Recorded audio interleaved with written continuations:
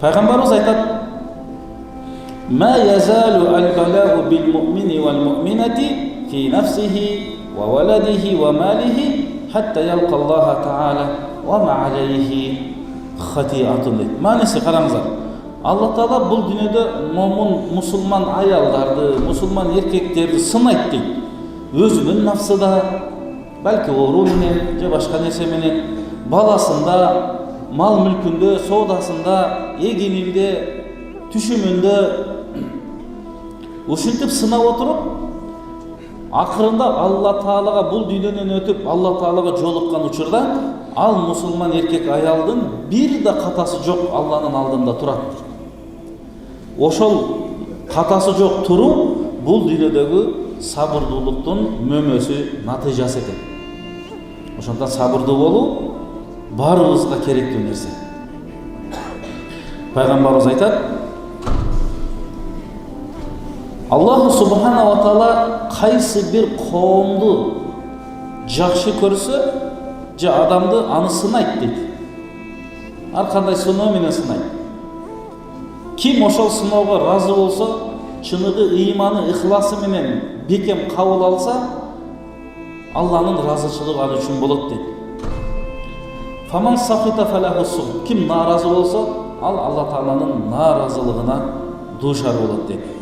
Ошондуктан Пайгамбарыбыздын Абу Хурайра радиаллаху анху риваят кылган хадисинде сонун бир хадисте айтат: "Иннал абда лиякуна лаху индаллахи манзилатан фама яблугуха би амалин."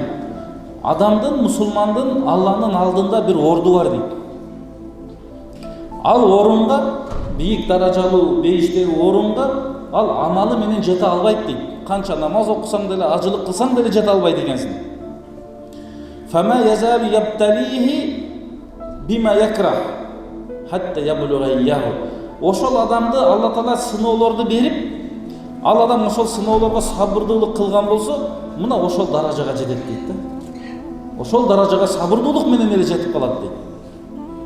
Ага амал менен жете албайт эле, зикир дуа менен жете албайт эле, бирок сабырдуулугу менен жете алат эле дейт. Демек адам баласы сабырдуу эле болгон болсо, анын сабырдуулуктун жарыктыгы, нуру өзүнө гана чагылбастан, нурлуу, берекелүү болбостон айлана чөйрөсүнө да болот экен. Үй бүлөсүнө болот, ата энесине болот, жора жолдошторуна болот, жашаган жерине болот, жашаган коомуна болот экен. Ошондон сабырдуулукка Алла Таала эсепсиз соопту берем деген мына ушундан болот. Бул жерде дагы бир хадис ушуга окшош мааниде келет. Адам баласынын орду, кыяматтагы бейиштеги орду амал менен жете албагандыгы, ал ошол Алла Таала ал адамды денесинде, малын, мүлкүндө, баласында, жашоосунда сынап отуруп, мына ошол даражага Алла Таала жеткирип коет. Демек Алла Таала бизге бир сыноо берсе, демек Алла Таала бизге жакшылык каалап атат деп билели. Чыныгы ыйман ошол. Кудай буйрса, бул оорудан да айыгабыз. Бул сыноодон да чыгабыз. Жакшылык жаман дагы Алладан, Алладан өзүнөн жардам сурайлы, андан кийин Алла Таала кутулуу себептерин өзү эле берип коет. Ушундай бир бекем ыйман менен кабыл кылышыбыз керек.